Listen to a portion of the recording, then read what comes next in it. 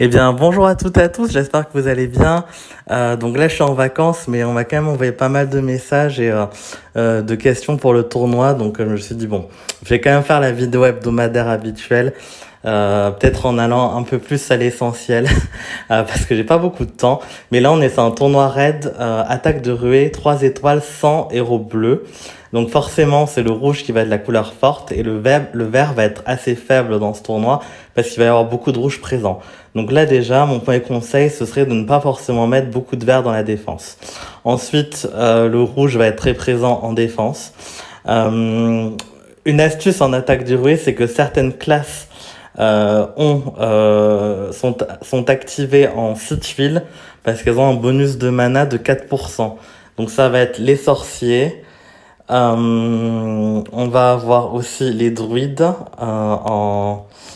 et les moines. Donc en fait, on va avoir pas mal de héros qui vont être intéressants, aussi bien en attaque qu'en défense, parce qu'ils vont gagner une file de chargement. Donc là, typiquement, Hawkmoon, moi, elle est pas emblémée 20, voilà, je lui rajoute. Comme ça, j'ai le bonus sur le costume de 4%, donc elle va gagner une file de chargement. Quels sont les meilleurs tanks sur le tournoi attaque de ruée sans bleu? Pour moi, il y a Beauchamp. Clairement, c'est un bon tank. Il réduit la mana, il augmente la mana des alliés, c'est très intéressant. Vous avez aussi Sudric qui va être présent dans beaucoup de défenses, je pense, et qui est aussi un tank envisageable. En revanche, les adversaires vont beaucoup partir en rouge, donc ils risquent de faire moins de dégâts s'il y a peu de tuiles rouges sur le plateau. Et en défense, vous ne maîtrisez pas cela. Il y a Hazard qui est un choix possible, qui est Hazard costume, hein, qui va taper 3 ennemis et réduire le mana, donc bien ralentir aussi.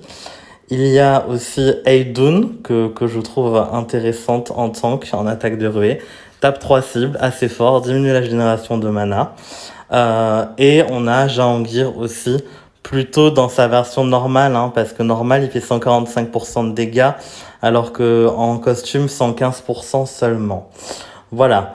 Ensuite, les héros que vous allez souvent retrouver, je pense, en face, ça va être les héros les plus récents, hein, qui ont des statistiques solides, donc Poppy notamment. Je pense que Maeve, la dernière de l'événement là, des tueurs, va être très présente aussi. Melia va être présente, je pense. Gvazir. Et en vert, je mettrai peut-être une exception sur Grève-le, qui est quand même intéressant en attaque de ruée. Pourquoi pas le mettre? Voilà. N'hésitez pas à mettre en commentaire, je répondrai peut-être pas de suite vos questions. Après, du coup, j'essaierai quand même de regarder un œil dans la soirée, parce que si vous faites votre défense avant ce soir pour demain, c'est sûr que vous avez besoin d'une réponse plutôt rapide.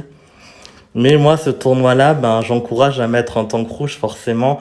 Si vous avez de quoi mettre un tank associé à cette couleur-là. Si vous n'avez pas de tank rouge, le mieux c'est jaune ou violet.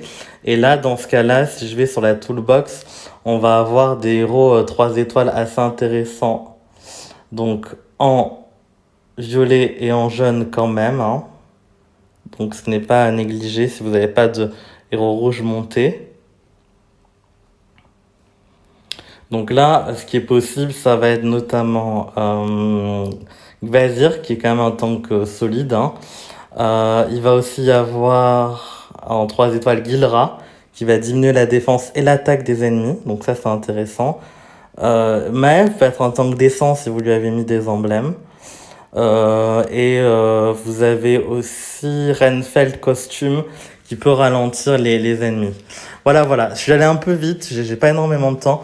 N'hésitez pas à me dire ce que vous en pensez en commentaire. Je vous souhaite en tout cas un bon tournoi pour cette semaine et je vous dis à très bientôt pour de nouvelles vidéos.